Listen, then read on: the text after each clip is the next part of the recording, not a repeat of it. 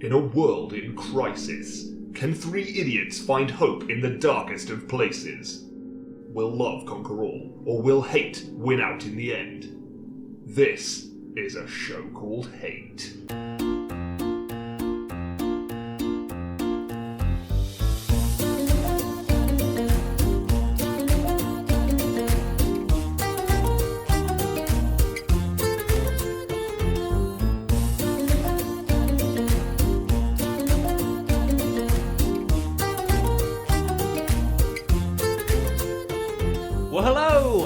Welcome to a show called Hate, a podcast in which we explore love, hate, and everything in between in search of greater meaning and perhaps a little perspective. I'm John. I'm Nick. I'm Chris. Oh, yeah. We blew it. Oh, well. I'm so glad we rehearsed that. I was going to say, we could have rehearsed it at least once, but we didn't. No. Well, that's because we're Chris, and Yeah. Chris Chris flies doesn't by the try. seat of his pants. Chris would already be on his third beer by now. Yeah. Chris is turning in his grave, and he's alive. He's very much alive. Oh, dear. He's just hanging out there. It's just very well prepared. Yeah. Yeah, that's right. I feel I've said the word Chris so many times now, it doesn't mean anything. The thing is, Chris. I never call him Chris. No, I've never called him Chris. Chris. Called him many things, Yeah. but never Chris. Some of them abhorrent, but definitely never Chris. The honourable defendant. Get off my lawn. Primary scapegoat. But yeah, I mean, as the astute listener may have noticed, something a little different today. Different energy. You can't imagine what that could be. Everything is completely normal as far as I can tell. Yeah. Well, Lucy, you're normally quite close to the action when we're recording. That's true, actually. Usually I'm just in the next room with my headphones on, trying desperately not to listen to you. Yeah, putting up perspex splatter screens. And now you're in the room trying desperately. Oh, yeah. I don't intend to change that in any way. Yes, Chris is busy. Yeah. Rayman is busy. He was very, very obtuse, shall we say, about what he was up to. I think he's up to something. I think he's buying us all presents. Well, that's an optimistic perspective. Oh my God, he's at the window. Oh my God! I nearly turned around there as well. So sadly, Chris can't be with us here today. He's doing it's weird. Mystery. Rayman. Do you think he got arrested? Yeah, or maybe he knew he was going to be arrested.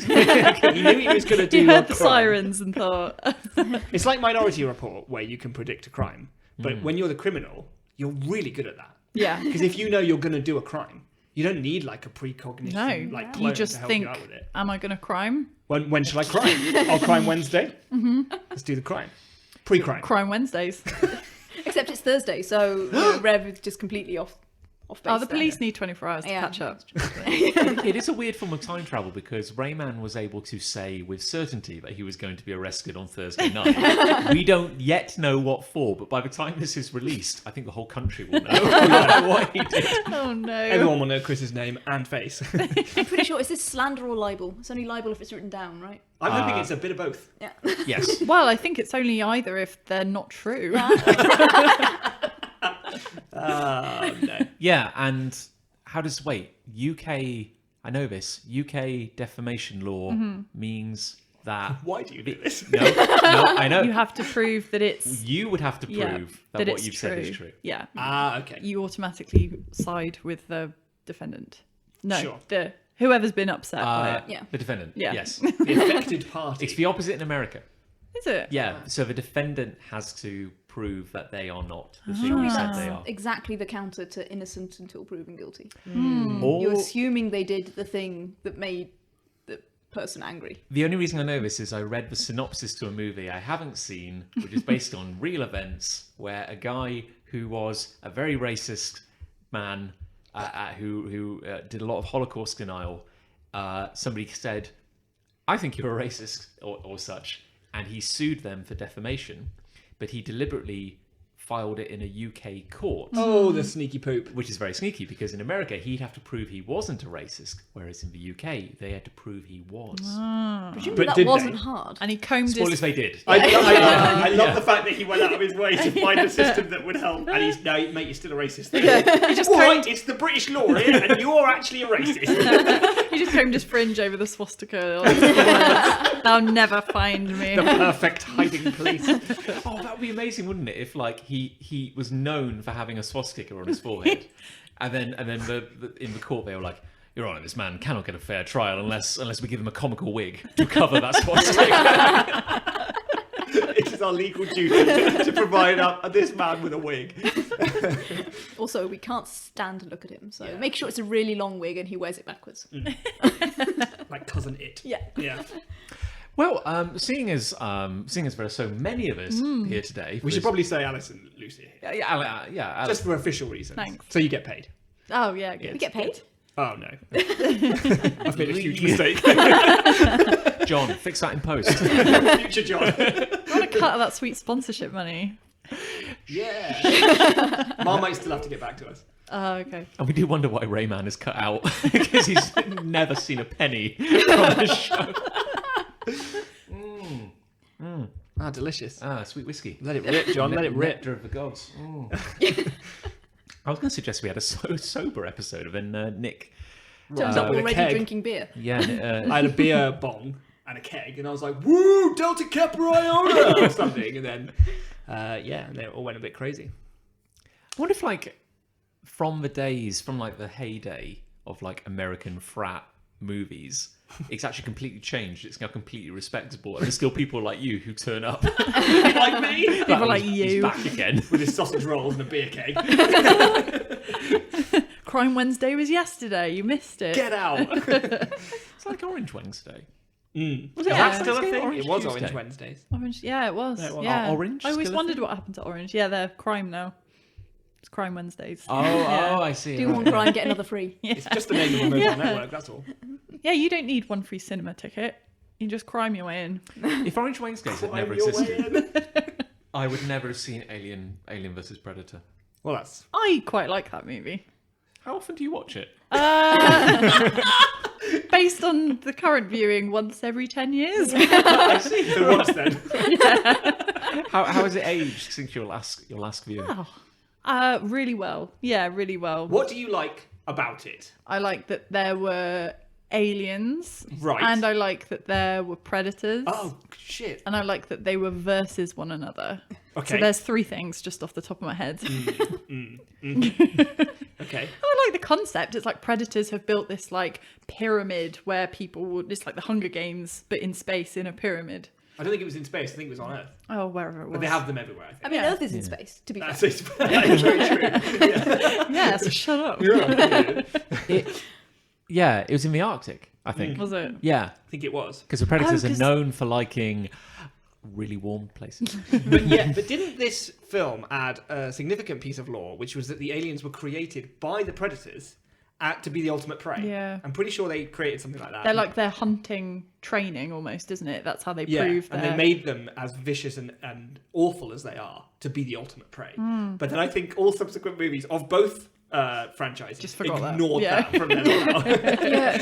Because it's a complete, what's the phrase, like a nothing burger of a plot, where it's like some hack of a screenwriter is like, okay, well, frankly, it writes itself, and yet he's like, aliens versus predators. How am I going to put these two together? It's impossible. It's like, I know, a pyramid in the Arctic. Yeah, done. And they're all in like these interchangeable I'm pretty sure Doctor sets. Who did that episode as well. Yeah, they just have the set. And it's like, oh God, it was so bad.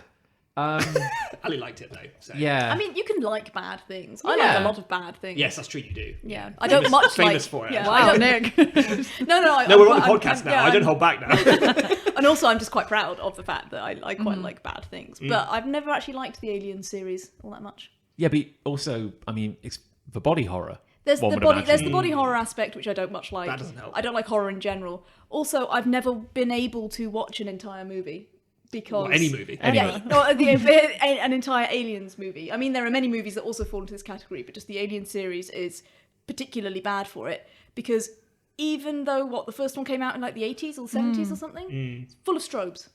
They love Oh, a stroke. yeah. Every bloody light on that spaceship is broken. Any, Why any haven't they spaceship- fixed the lights? Any spaceship horror has to have dark corridors with flickering lights. Yeah. in it. Yeah. Yeah. I don't know what it is. Yeah, but and it melts my brain almost literally. That is fair enough. So, yeah.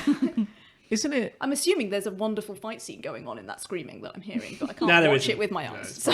It's at such a low frame rate because of the strobing that it's basically 1 or 2 punches and that's it. Isn't it? Now, Ali, you're actually our film expert on the table. Whoopsie. Yeah, maybe.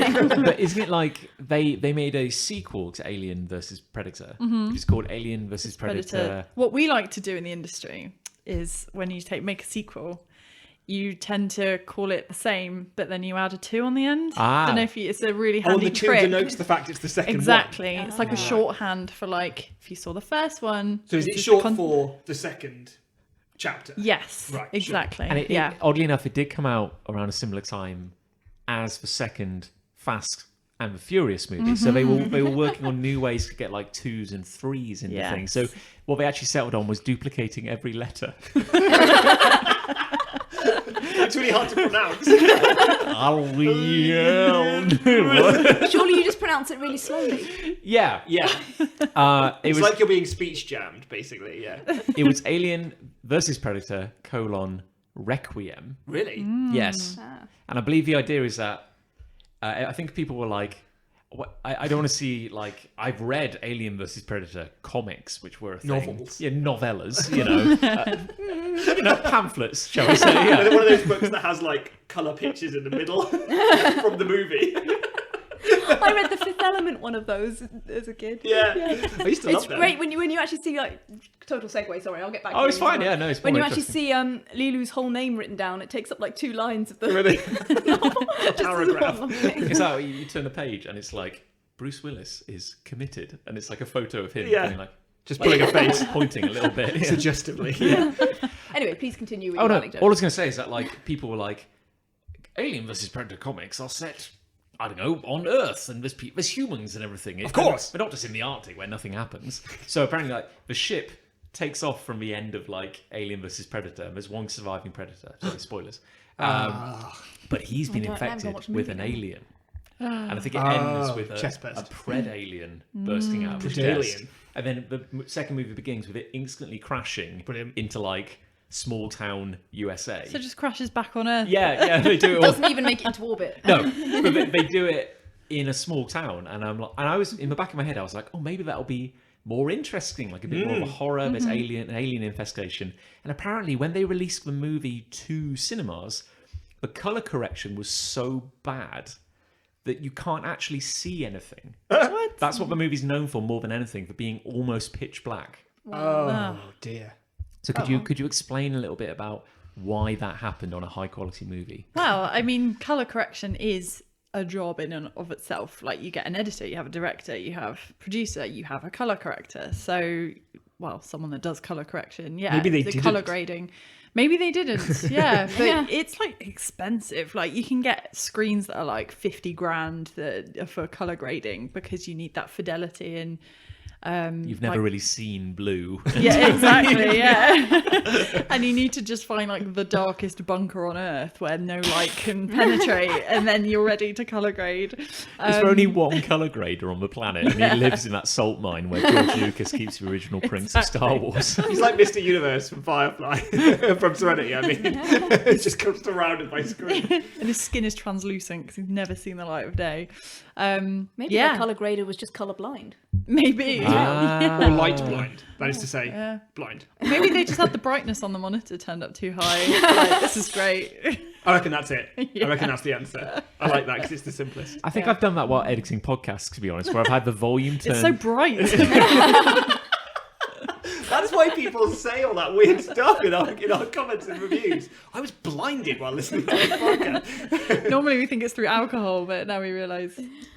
That's why Lucy can't listen to the podcast. Yeah, no. It's Yeah, too stroby. It's your, the It's the audio equivalent of a stroke. Yeah. What's that like? You know, like Vanta Black is a thing, like that pure Oh, evil that's black. cool to look at. Did we watch a video about that person who made Vanta Magenta? Vanta Yeah. pink, yeah. Vanta Pink, yeah. Yeah. It's insane. It can't actually be broadcast on TVs.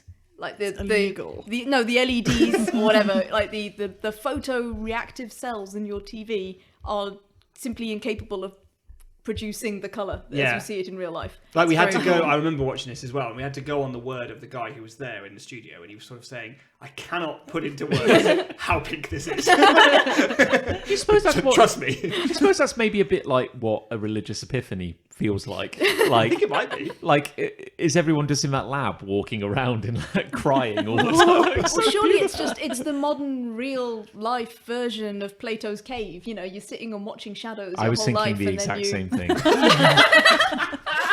and then somebody tells you to turn around and you see the real world for the first time. Ah. You know, we're all experiencing the world through a screen. Yeah. And it's not real, and yet it looks just real enough to not make us realise that it's not real. How do you Think get in about the it, cave? man. Yeah, it's never specified. They're just said that It's a they're tube. tied in the cave. They're tied up, so presumably they are prisoners in the cave, but have been there for quite a while because they've forgotten that the real world exists. Real world exists, Plato yeah. wasn't great at backstory, frankly. Well, see. yeah. I mean, this is why none of his stuff's been converted into No. movies, isn't it? Plato. Versus Predator. I watched that. Plato versus Socrates. Just Plato ripping his Just shirt with off. like gladiator weapons. Yeah. And Rippling muscles. bursting out of his chest. Whoever wins, we lose. Who has a hate? I do. Lucy's Hey. got a hate. I've got a hate. I'll Lucy's start. simmering I'll with start hate. with some hates. Simmering with hate. I have to say, yeah, I was discussing just before we started recording that I found it so much easier to find a hate than a love this time. But yeah, And the what does hate- that say about you? The is hate what we were is, saying. you know, bright and burning and scary in my head, and it's great. Okay, so, here we go. I hate people who won't read, Okay. Oh. Okay. and there's kind of there is like a general sense to people who won't read, but in a very specific, very like global pandemic-y sense, it's people who aren't reading the big glowy signs that say queue here in this line, or walk down this side, or here's the hand sanitizer, or wear a face mask, or this door is locked, please ring the number to let us know you're here. That's quite a big one. And yeah, it just Instead, what he does is just lick the door handle. yeah, it's something that irritates me in general, because I think like in my day-to-day life I have to deal with people who I am asking to read things and approve them. I then later find out that they did not properly read things when they say no, that's wrong, and I'm like, but that's what was written down. For anyone at home, Lucy is a primary school teacher. Yes. I don't care that you're 7 years old. Kenneth, I thought we had a very formal meeting about this. What did the cat do? Kenny, I demand sign off on what the cat did. Basically, I have to remind myself an awful lot that people have told me from a young age that I'm a very good reader. It's something I can't ever remember not being able to do, and it's something I can't not do. Like my brain will automatically try to read things in languages and alphabets I can't understand. It just like recognizes it as words, and I will attempt to read it. And I just find it so frustrating that so many people appear to be able to wander through life without just automatically getting information inputted into their heads through their eyes. Now, you know, I forgive you if your eyes do not allow information to enter them. Fair enough. That's a different situation. Yeah, that's a whole different thing.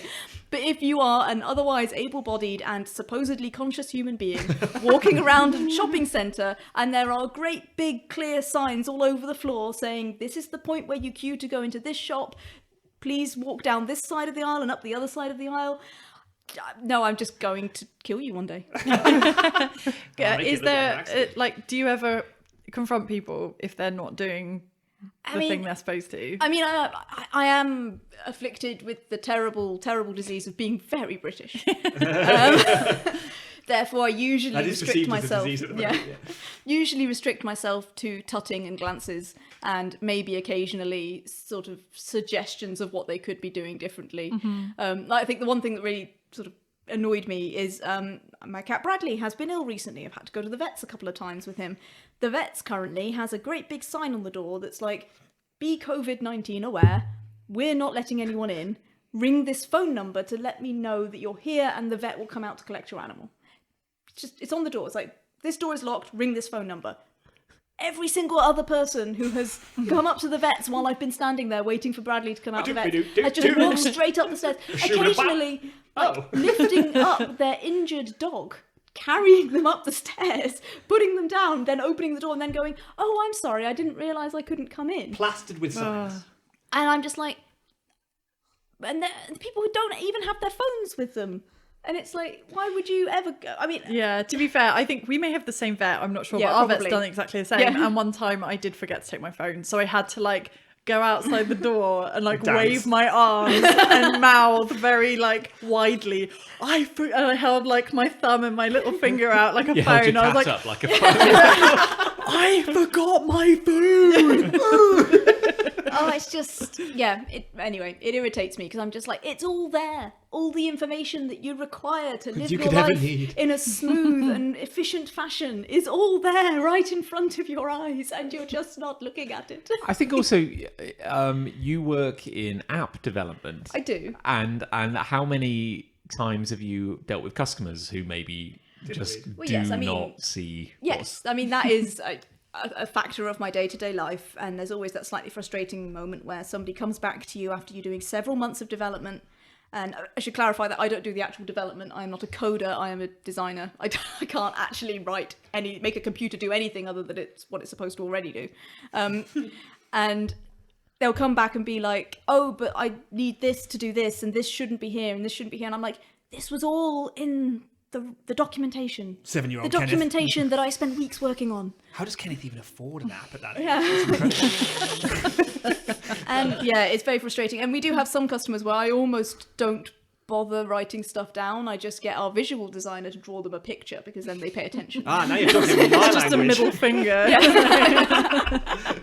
it is. I don't know. I don't know if this is this not just like an innate human quality that we can never pay attention to like what's in front of us. But I think I don't know if it's me. Is it? It might. I mean, obviously, it's just me. Tell me now, is it me?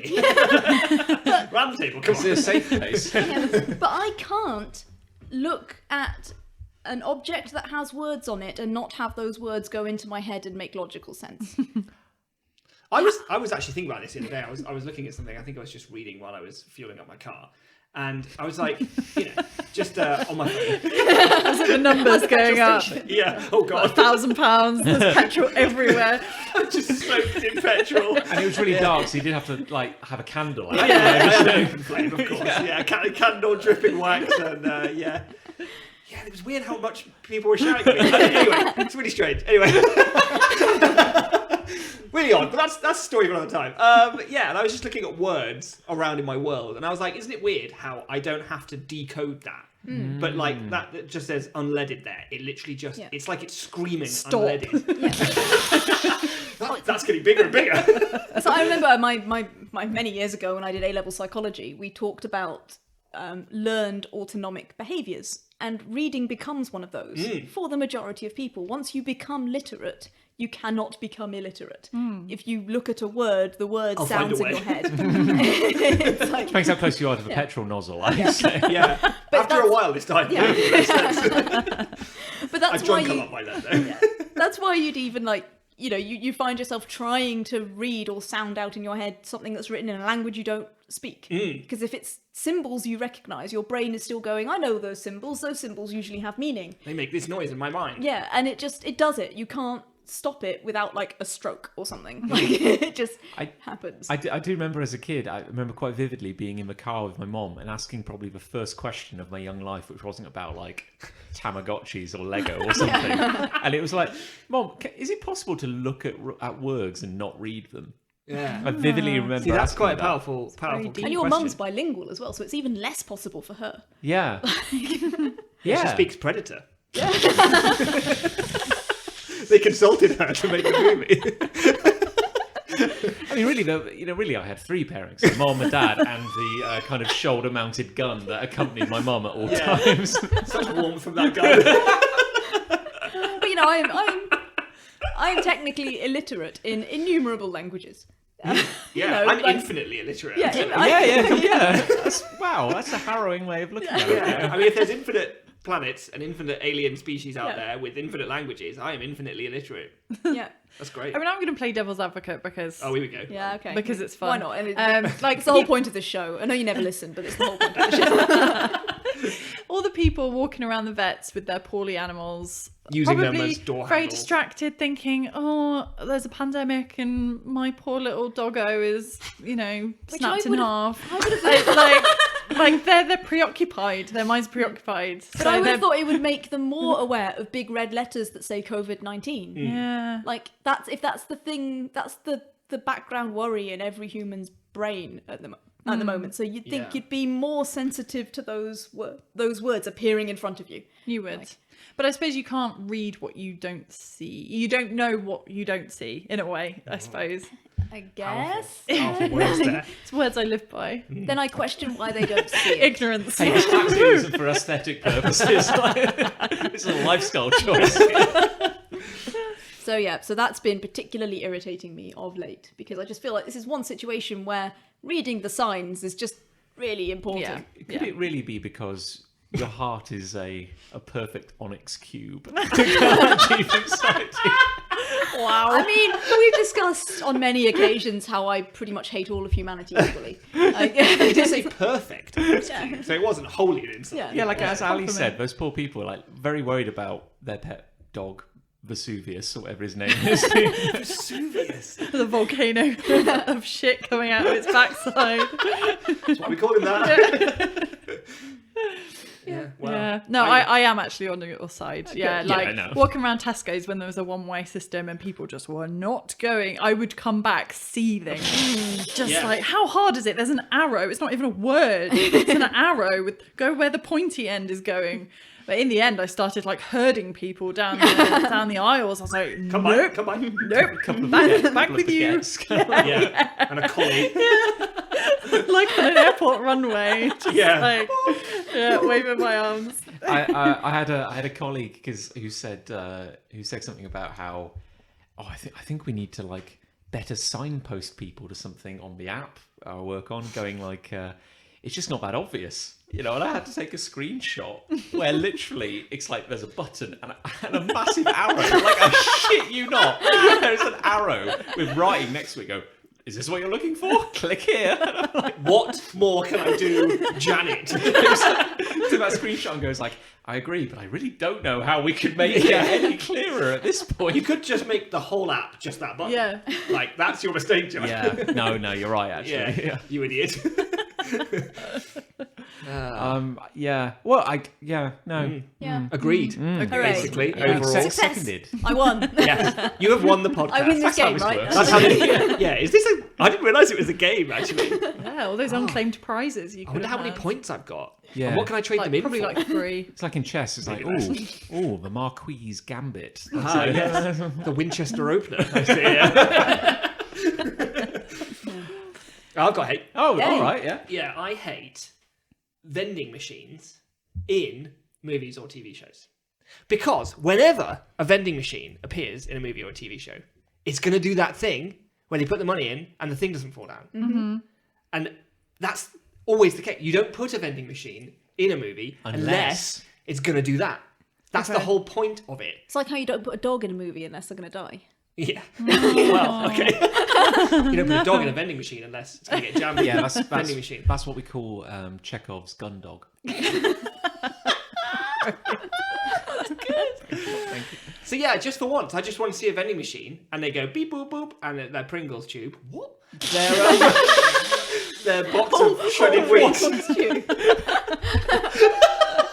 It's on end, okay? It's on its end. It's fine. There's only one in each There's slot. only one. Yeah. A vacuum-packed brick of tofu. Their 12-pack of adult Andrex 12-ounce nappies. I don't know T-bone if steak. Like Andrex, like man-sized tissue box, kind of like sliding down the corridor. To be honest, I would expect that to get jammed. Yeah, that's fair. That's fair. Have you never used a vending machine and had something get jammed? I think I have. Yeah, So but it I think happens. that's maybe happened once Right. in my career, and Your I use vending that career. word very specifically, capital career, of using vending machines to get snacks, Yeah. and that's only happened once. So that would be like 0.00001% times. Wow. And yet in movies, it's 100% of the time. Okay. Whenever there is a vending machine, I can name 2 examples that I saw in like the last 2 weeks. Umbrella Academy. There's a season 2. Vending I was machine, thinking and of it the jams. Umbrella Academy, yeah. That And- bit wasn't even like. And it was relevant. actually It quite was, a a weird com- scene. it was completely an aside from Yeah. anything else that was going Yeah, on at the Which time. bit are you talking When about? Five- When Five beats up a vending machine. Oh, It's that just was so before- weird. Yeah, it's it just had before the nothing axe to do scene. with Yeah. anything. I thought the vending machine was going to be quite important to that. Yeah. It didn't. No. Which, to be fair to shows that use the vending machine, it usually is important in some ways. Usually to show the characters frustrated or easy, quick to anger or whatever. I get. But I Five get. had just been like murdering a whole bunch of other people. We so know. you can probably assume that he's Got some upset pent up. right Yeah. now. He kind of exudes the crazy Yeah. "I'm gonna murder you" vibe. If you haven't seen Umbrella Academy, by the way, everyone watch it. Yeah. It'd be good. Let's try and avoid too many spoilers. Yeah, that wasn't really it. I don't think the No, vending I machine don't was know. that much of I a don't know if scene. Five being an angry murderer is that much of a spoiler. I'm No. pretty sure it comes up in like the first episode of the first season. Although we can't say with certainty that a vending machine isn't going to be relevant. That's I guess true. not. This Main- could be main serious character. plotting. I Although guess. wait, it's on Netflix, isn't it? Yeah. That means it's probably going to get cancelled now Why? Why? because I think Netflix have revealed that like it's only economically viable for them to make 2 seasons of a thing. That's why everything They did tends. 3 But of Stranger Things. Oh my god. Yeah, I don't know. Was that yeah. the testing group? They've Like, just Maybe it was. but they It didn't I work. didn't, I didn't that's why watch. they I didn't cancel, watch like, 3. really popular Oh stuff. no, you're part of the problem. Lucy didn't watch season 3 of Stranger Things. That's why we're here. That's the best season. I don't know about that. Yeah. Stranger is. Trings, it was called. It wasn't. So don't worry about that too much. Trings. Yeah, it was called Stranger Things. I want to know what your second example is. Gravity Falls. Okay. I think it's happened twice in Gravity Falls. That's Actually. a cartoon though. Yeah, It's And not the vending reality. machine is important in that. it is. But Is it the same vending machine both times in Yes. Gravity Falls? You see, that makes it slightly more realistic for me Yeah. because at university there was one vending machine in one college that you just didn't use because I think whoever filled that one didn't know how to fill vending machines. they were putting it Pringles was- tubes in it. So there's the spiral. There's a point where the spiral will drop the thing. Yes. Basically, they put everything one half spiral too far back. Maybe they were So it trolling never, everyone. it wouldn't. I mean, it would drop stuff, but only if you were willing to sacrifice. Only if that first person was willing to like sacrifice Yeah. their turn on it. Yeah, then it would On all that be one. offset by one Yeah. snack. Yeah. Yeah, the snack offset paradigm, as I Yeah. like to call it. So if at least if it's the same vending machine in both instances, it could just be that. It's consistent. faulty. Yeah. It's Yeah. consistently faulty. Yeah. Before the lockdown times, before the dark Before the plague. before Dark ages. the dark age, I was going through. I had a bit of an emotional vacuum that I could only fill with fruit pastels. Oh, we've all been there. Oh yeah, I know. yeah. And I do remember getting a tube of fruit pastels, which I would eat in one sitting. From like a sword swallower, pretty basically. much, yeah. Wrapper and all from the vending Like a cartridge machine, into a Game Boy. and it not coming out because it was on the half spiral. And at that point, in the pit of despair I'd found myself in, just in for a penny, in for literally £3, like whatever it takes. So, and did I end up with 3 tubes of fruit pastels? Yes, I did. Did you? Did I eat them all? Yes, I did. Yeah. Good. I think you caught with the phrase there, on the half spiral, which I really, really like. Because I like to think that you were, as a result, you were on the half spiral after that. Like, you were very much on the half spiral. Oh, yeah, and yeah. spent the rest of your day, nay, I say week, on the half spiral after that awful event. But no regrets though. It's got you where you are today. Yeah. Look at it now. Like, who Just would look have at it. known what would have happened if you hadn't done that? No, well, You know? indeed, Yeah. yeah. Because vending machines are very important. Absolutely. Clearly.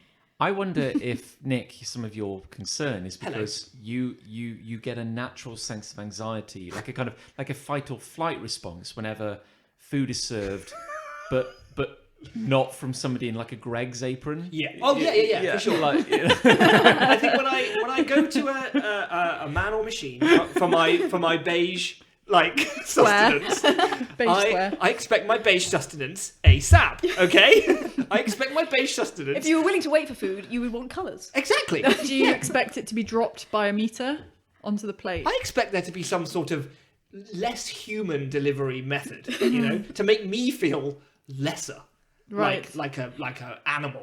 Right. Waiting at a spout kind of thing. That's what I want from my food experience. I think I've made that very clear on Yes. this podcast. Yeah. the important thing about what they call in the business for Greg's caress is that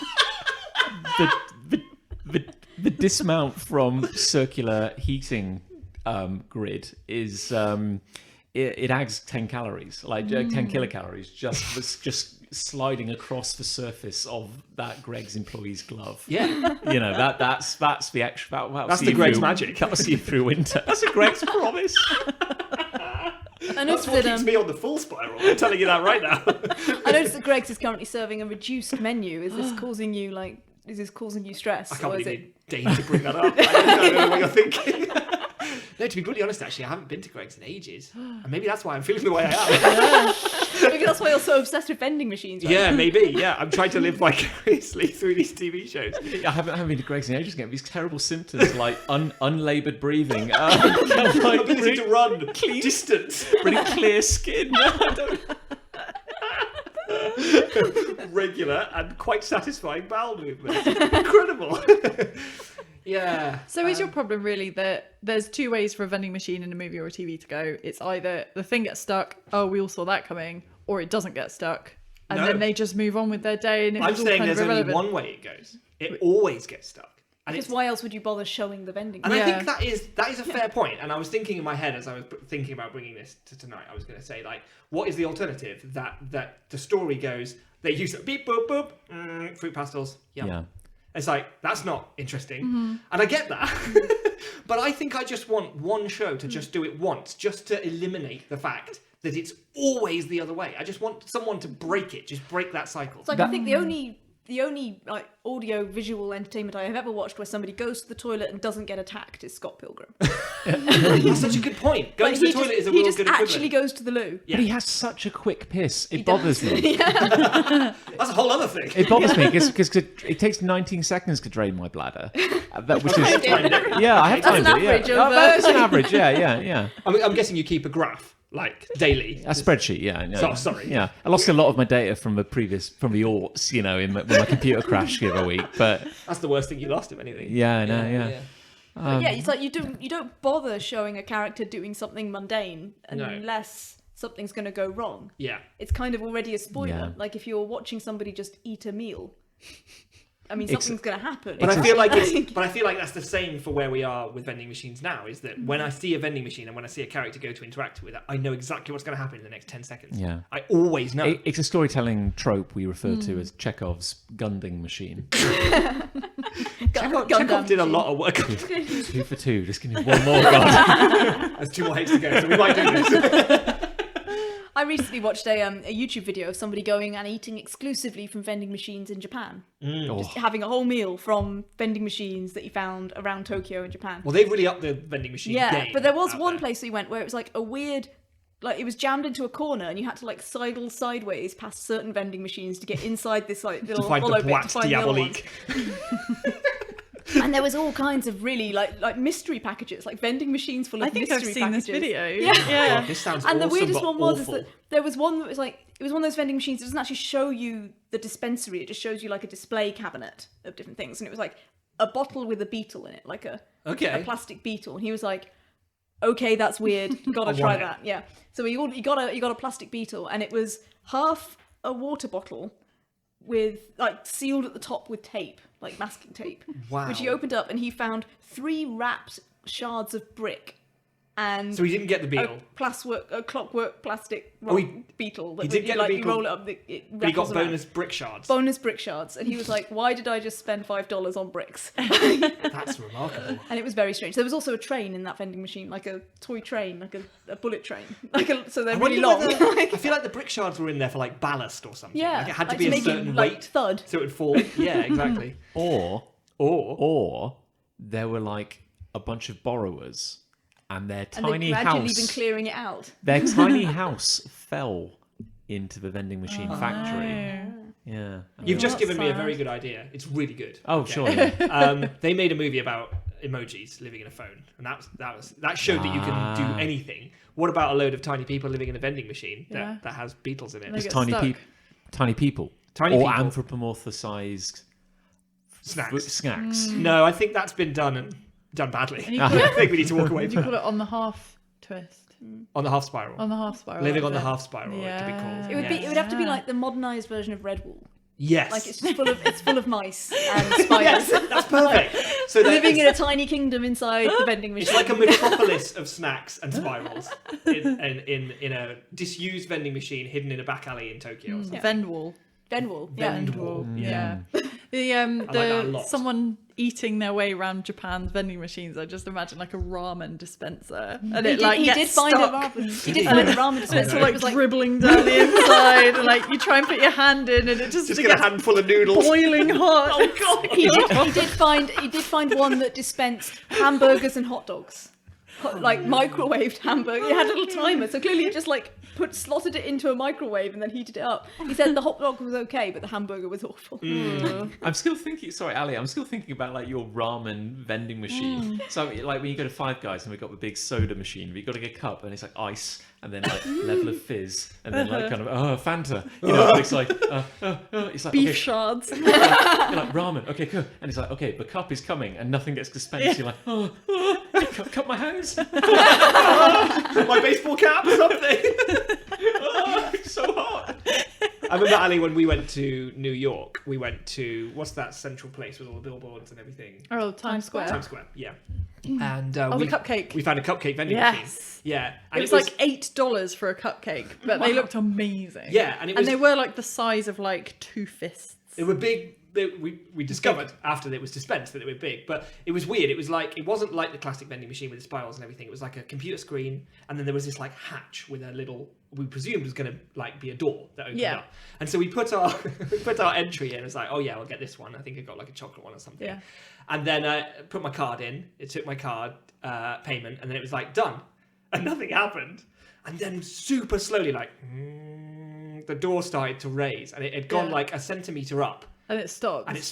And I was like, oh no, I've put all that money in and I'm not going to get a cupcake. And we could see like the feet of the cupcake. But the shadow of it. At this point, I was panicking. Like, for some reason, I was consumed with the fear that I may not get this cupcake. So I shoved my fingers into that gap and I heaved the door up like this. You'd already got yours. This was the second one, this is a very expensive cupcake machine. Yeah, and I was like, I'm not letting this go. And I like... You know when you pull a Venetian blind and it goes at that weird angle and you're like, I fucked it. It's broken. I did that to this little door. And we knew because Ali had already had hers that after you've extracted your cupcake, the door shuts again. So I heaved this thing up, pulled the cupcake out. And it was just stuck. And then it was stuck there.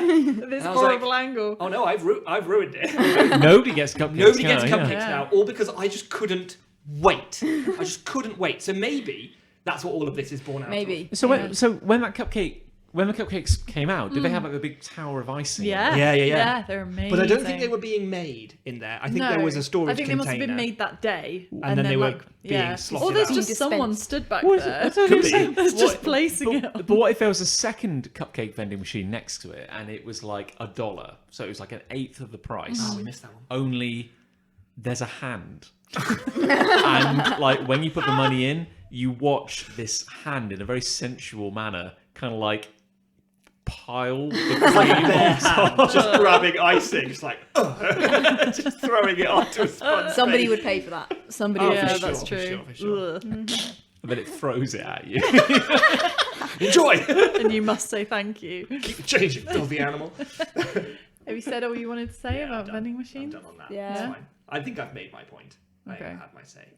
We are kind of working our way, I guess, around the table, Ali. So I Yeah. don't know if you want to. It's on you. Okay. I have a feeling that my hate is going to be quite controversial. Please don't be a minority. Please. We don't need this. Hasn't happened yet. No, that wouldn't be controversial, would it?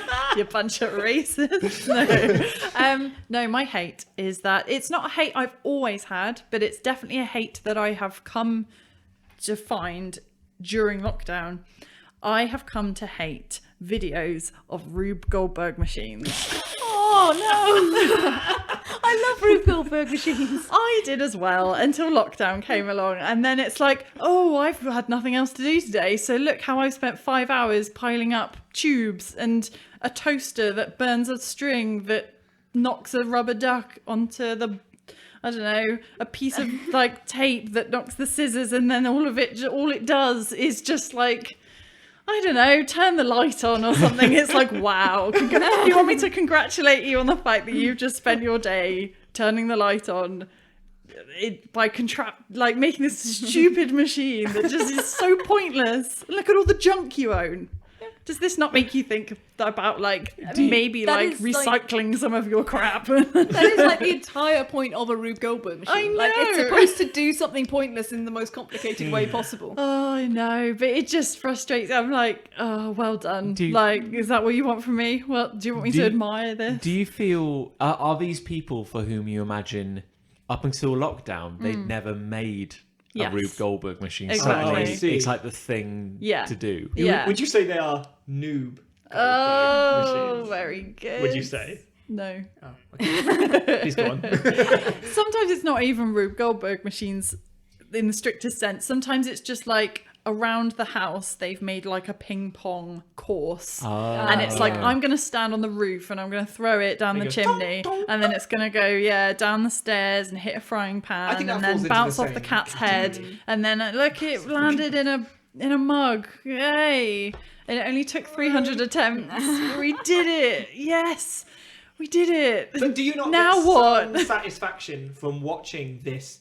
We live in a world of chaos. There's no order to anything, and yet here And yet is, a ping pong ball careening around a lounge. I mean, it's just order. order. You say that though. You say that, but from the absolute joy and relief in their voices, they have done that many times. To get one success, they have failed 500 times. Sure. So I don't really see that as bringing order to chaos. Do you feel when you say it out loud like that, it's maybe a powerful metaphor for life? You know, Well, that, really. like You- one you time know. in 500, you might just achieve get it. something great. maybe that's a reason to hate it even more. I don't know. I just don't get what these people want from me. How would Why do you keep watching them? Yeah. They just crop up on like compilations. And Do you keep commenting like, "What do you want from me?" Fuck off with your Goldberg machine. How would you feel if I started work on one? Because I want to do one. I would sabotage it. Okay, great. I have built one in the past. I built one Have you? for a departmental open day. See, that has a purpose. Well, no, it didn't. And it only worked one time in every 10 that we ran it. To be fair, Quite a lot of setup. Lucy's machine's purpose is exactly the same as these videos, which is to entertain Who? Them people who are or watching it. if you were doing it for your own entertainment, then fair enough. But why are you filming it and putting it on the internet? For other people to enjoy. Well, I don't enjoy it. YouTube, everybody. Yeah, I think there's worse things to comment on YouTube as being a waste of time than. I agree with you to some extent because I do kind of feel the same way about domino videos. Yes, I would agree with this. The first time you watch a domino video, you go like, "Oh my god, Wow. it's amazing! I My can't mind believe is it. blown." It looks like Mario, and now it fell over." Like, you know, it's They always look like Mario. they always look like Mario, don't they? But then there's like professional dominoists, you know, and it's like, "Oh, Nintendo commissioned me to make a Mario." They're called Papa one." John's, by the way. That's very good. It's very clever. Yeah. Thank you very much. But yeah, and they do all these things, and then you're like, "Oh, that was a fun video. Let's check out this person's channel." 300 videos of dominoes. I mean, you go, "Oh, Yeah. When will it be enough? here we here we are." When will they have placed the final domino and gone, I've done dominoes? I would argue there's a big difference between dominoes and Rube Goldberg. No, Are you okay? I don't know. Reboot. The difference is that when you've seen one domino video, it is essentially the next one is essentially the same. It might do a different pattern. It might create Luigi if you're lucky. Only 1 in 10 create Luigi apparently, but like it's still just one tiny rectangle hitting into another one millions of times. Sure. Whereas a Rube Goldberg machine, one might have a hairdryer Different on it. shapes. Yeah. One I might guess. have peas that fall into a sieve, you know, Wow. and that click a lever that heats up milk. That might happen in one. Oh, I didn't realise that then, Nick. That you've won me over. know. Peas in a sieve that Peas in a warm sieve up that milk. Warm up milk. What? Wow. Changed my mind. What would My work here is done. what would it take at this point in your life for a Rube Goldberg machine to genuinely surprise you? Oh, that's Because a I good know what you question. mean now. Like you've Yeah. seen one, you've kind of seen them all. I think it would have to build to a crescendo where it achieves something impressive. The end result is impressive, not just the journey, but the end result But is like impressive. what? Like what's impressive to you? I would be impressed if a Rube Goldberg machine reset itself. That, Oh. yes, that Like- would be impressive. That would essentially be a perpetual motion. Yeah, like, That's why it's impressive. Yeah, that's very impressive. Like if it made a piece of art, or if it I know obviously OK Go do a lot of these kinds of music videos. They could, like they make a song or a music video part of it. That's impressive. There's like a purpose to it. Sure. So you need it to do more than just complete its own action. Yeah, but or unless its own action is something that's like, wow, that's a cool piece of art, or The thing in my head now is that, because we've talked about dominoes and we've talked about Rube Goldberg machines, I can't tell them apart in my head now. And I want like the person who just uploads Rube Goldbergs and domino machines, like they've got 300 videos. I want like video 178 to be exactly like all the others. And it's like, oh, there's a domino. Oh, there's a ball. Oh, it's rolling. That's cool. Oh, where's it going? Is that the White House? And then you're like, and then it's like Barack Obama is there, you know. Yeah. And he salutes the marble as it And he goes salutes past. them, and you're like, wow. And he's like, hey, everyone, I'm back. 2 more terms. They changed the rules. And that's how they decide to announce. Yeah, that's incredible. And then the next video is just Mario again. You know? They'd never acknowledge it. Yeah, don't shine a light on it. that I would click like on that video if that happened. Or it goes into an operating theatre. Makes the first incision. There's a scalpel like, waiting to fall. Oh my god. It's like you may have all had the same thing, but I had a physics textbook in like years 7 to 9, I think it was, that had a Rube Goldberg machine on the cover. Okay. And I didn't know the name for it at the time, but it was basically if you opened out the book and laid it all flat, you could have traced like all the there were like cogs and a boot on a stick, and That sounds like, familiar. going the whole way across the back of the book. And I can't even remember what it was supposed to do at the end. There was just some bloke I seem to remember sitting in a chair on the front cover. And I was like, I remember being kind of fascinated by that as a kid, just trying to work out how it would all connect together, which is, of course, that's the point of a Rube Goldberg machine. physics, Like, yeah. it's like, thing is, like, what I like about them, because I really like them, and I could watch hundreds of videos back to back. Really? And just spend my days just watching Rube Just Goldberg watching machines people turn light switches on until gradually very slowly. I died. I could Okay. do that. But what I like about them is that I think they're essentially a joke. And the punchline is that they do something that you could have done by just reaching over and pressing a Right. button. So I Who's love the it. joke on though? Is it on themselves that they wasted part of their life? I don't think. I mean, I'm not quite sure what Rube Goldberg was going for. you seem desperate to find a victim here. I think what I'm trying to say is that I just enjoy it remotely. Kind I'm of. very grumpy. Okay. Like, Yeah, no, I know. Yeah. I mean, based on our listening figures, there's at least 98 victims as a result of this. But yeah, it's like a really good joke. But when you hear a really good joke like 400 times, is it still... Exactly. It's like And the- when Yes, and is the answer. they've told that joke 399 times and fluffed it, and then the 400th but I time, haven't would seen you go? those. Ha, ha, ha. I Yeah, but haven't they only seen tell it to those. you the 400th. That's true. Like, I live in an incredible fantasy world where that happened once and perfectly, and it's awesome. It's a lie. But so it's all entertainment. Cartoons are a lie. No. What?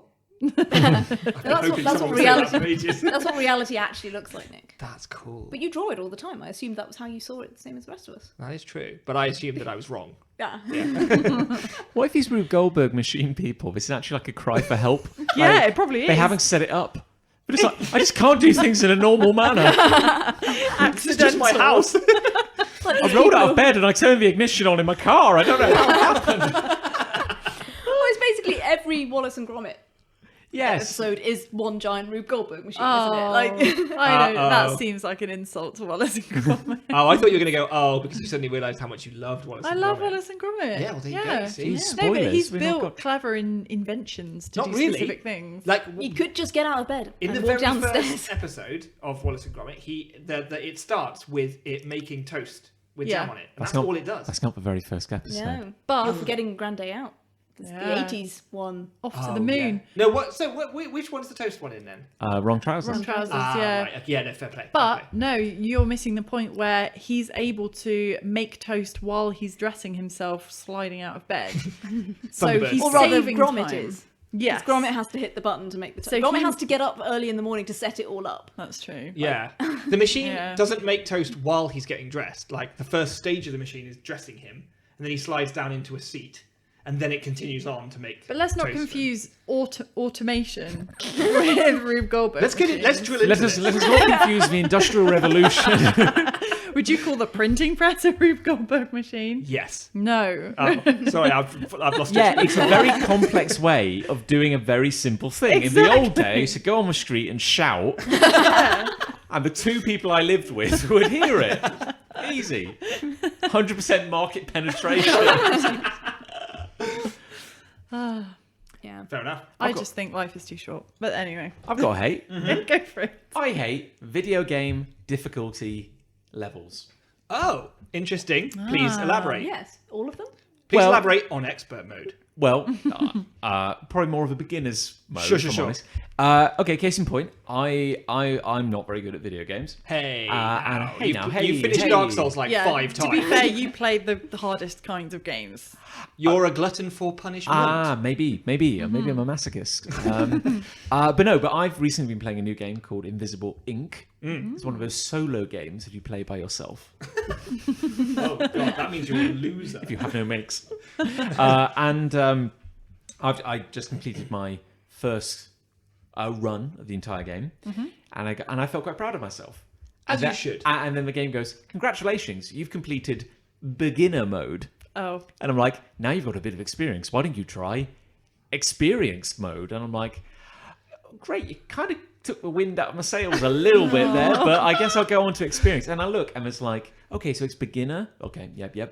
Experience, that's the next one up. So I'm working on experience, and then it's expert. Ooh. And I'm like, okay, fine.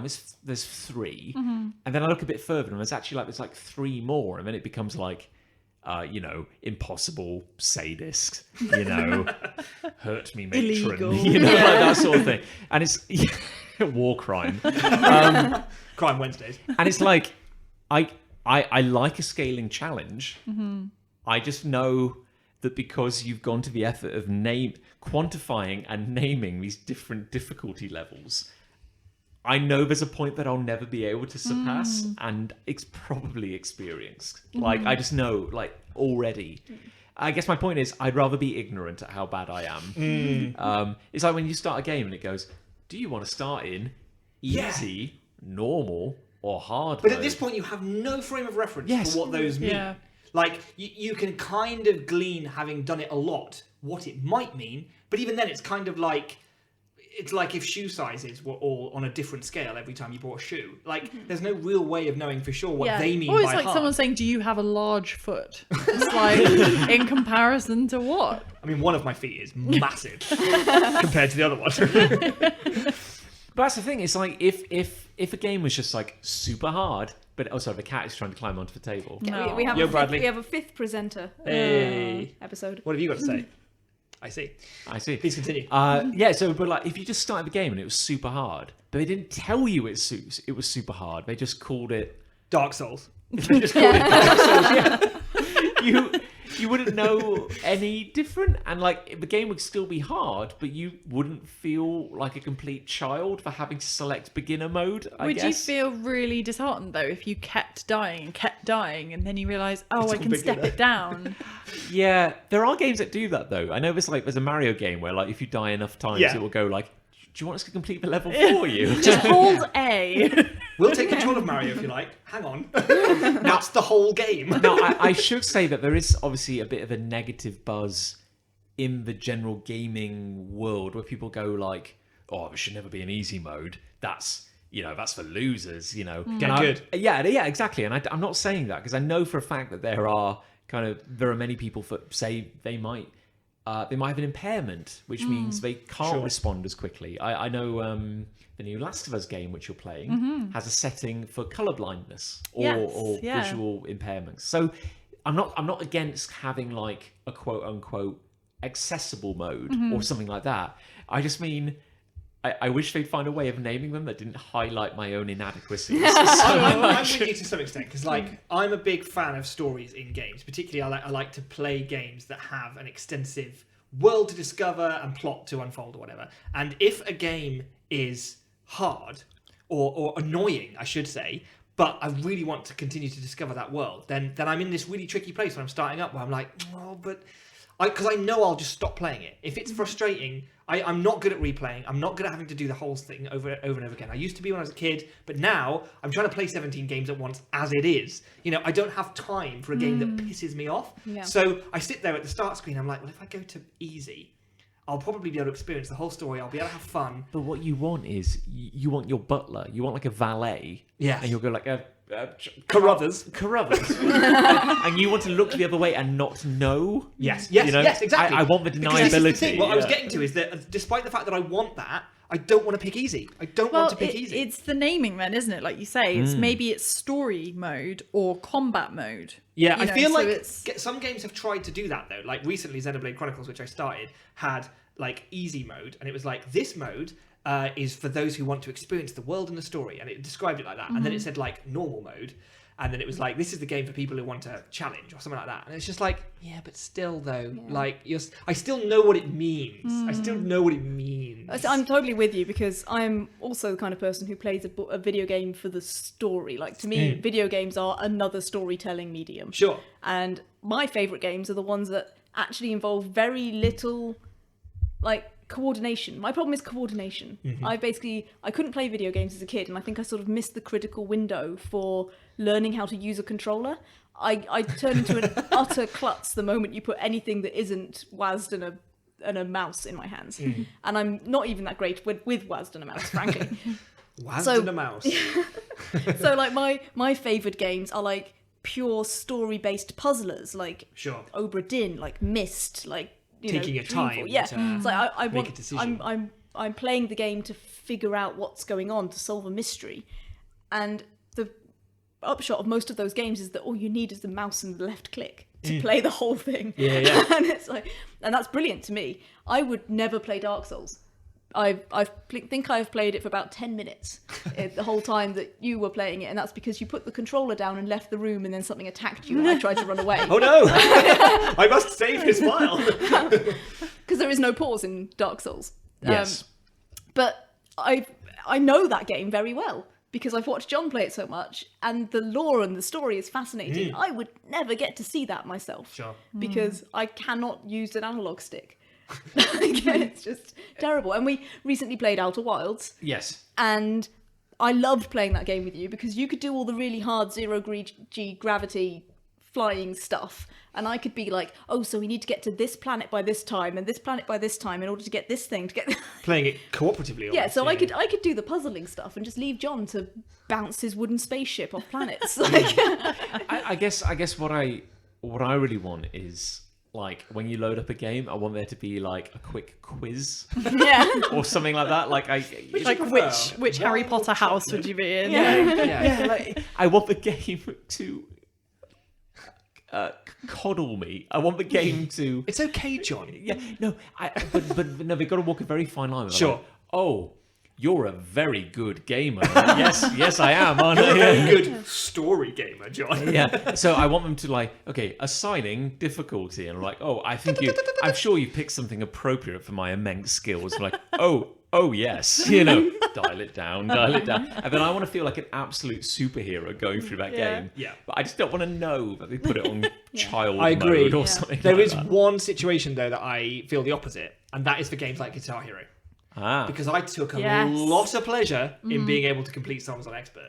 Yes, I'm the same. And if they didn't have that difficulty rating, then I couldn't brag like a chungus. But again, there's no about it. plot to No. Exactly. Guitar So Hero. The suddenly at entire that point- point is to get good at the controls. So this is basically, we're talking arcadey games Yeah. now, like games that are all gameplay and nothing else. But I guess the really weird thing is that, like, the level they decreed as expert is a completely arbitrary bracket sure, that they yeah. put together. For all you know, there could be like Triple it. the hidden levels of difficulty Now beyond you've, it. now you've said this. Now I'm going to go back to Guitar Hero, John. I watched an interesting thing once where a guy was doing a breakdown of Devil May Cry. Sure. Which originally it was like standard mode, hard mode, then like Dante Must Die mode. Brilliant. Like, these different levels of difficulty. And he made the point that he reckoned that they made that game originally so that the highest level difficulty was actually the game. It's the standard. Because he said the game is so, in his opinion, like so good at that level that he thinks they made it that way and then essentially dumbed it down to make it There's a kind of gatekeeping aspect to this, though, isn't there? It's like if you're not playing it on hard, then have you ever really appreciated a game until you've played it? It's like a hard mode. Quite a few turn-based games have an option called Iron Man, which is when it will auto-save after every single turn you take, so you can never go back.